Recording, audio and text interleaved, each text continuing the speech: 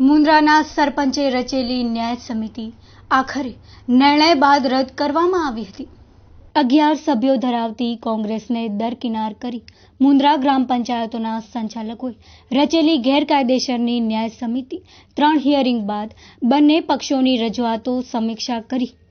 TDO PK તલાટીએ ન્યાય સમિતિની રચનાને ગેરબંધારણીય કરાવી રદ કરતા કોંગ્રેસી છાવણીમાં અસત્ય સામે સત્યની જીત થઈ હોવાની લાગણી સાથે આનંદનો માહોલ છવાયો હતો। તો બીજી તરફ કોંગ્રેસી સદસ્યોએ સમિતિની રચના વિરુદ્ધ અડીખમ રહી લડત ચલાવનારા સદસ્ય ભરત પાતારિયા અને એડવોકેટ કાનજી સોંધરાને શુભેચ્છાઓ પાઠવી હતી। ત્યારે મનમાની કરતા ધર્મેન્દ્ર જેશર તેમજ સરકારી પ્રતિનિધિ તરીકે તલાટીની બેદરકારી સપાટીએ તરી આવી હતી। તો આ સત્તાના દબાણમાં એકતરફી નિર્ણય લેતા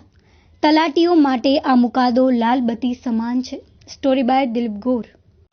અમે 5 તારીખ પહોંચી ગયા હતા એટલે એ સામાવક ધર્મેન્દ્ર જેસરના 9 સભ્યો છે એ આવ્યા 4:15 વાગે સમજી લો। એમાં રજીસ્ટરમાં પહેલાથી સાઈન હતી લોકોની એ ક્યાં કોઈ ખાનગી ઓફિસે કરીએ છીએ એને અમને કંઈ મતલબ નથી બરાબર। ત્યારે પેલે એક મુદ્દો તો બહાલીનો એક સરાવણ લોકોએ ગામ બહાલી આપી દીધી પછી વાત આવી ન્યાય સમિતિ અમારા અનવર બાપા ખત્રી છે અમારા વડીલ છે એ લોકો અમારી ન્યાય સમિતિ લેખિતમાં પહેલા સરપંચના હાથમાં આપી બરાબર અને સરપંચે કિસ્સામાંથી દેવલબેનની સમિતિ કાઢી સાચી વાત છે ખોટી વાત છે આ ના કરજો સાચી વાત મારી વાત તમારે કહેવું એમ કયો તમારે એમ કેવું કોઈને કબૂલાતનો એ પ્રશ્ન તમારે જે દલીલ કરી આમ તો સાહેબ એમના વતી એમના એડવોકેટે દલીલ કરી દીધી છે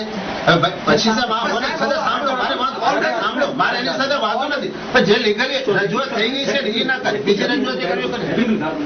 પછી શું છે સામાજિક જીવનમાં અને જાહેર જીવનમાં જો મારું મને થોડું નોલેજ છે એમ તો એ લોકો સમિતિ કાઢી તો મેં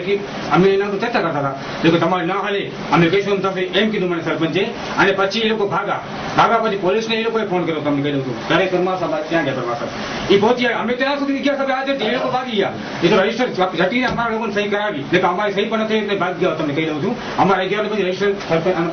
અમારે ગયા કોઈ સહી કરાવી એ લોકો ભાગી ગયા ત્યાંથી।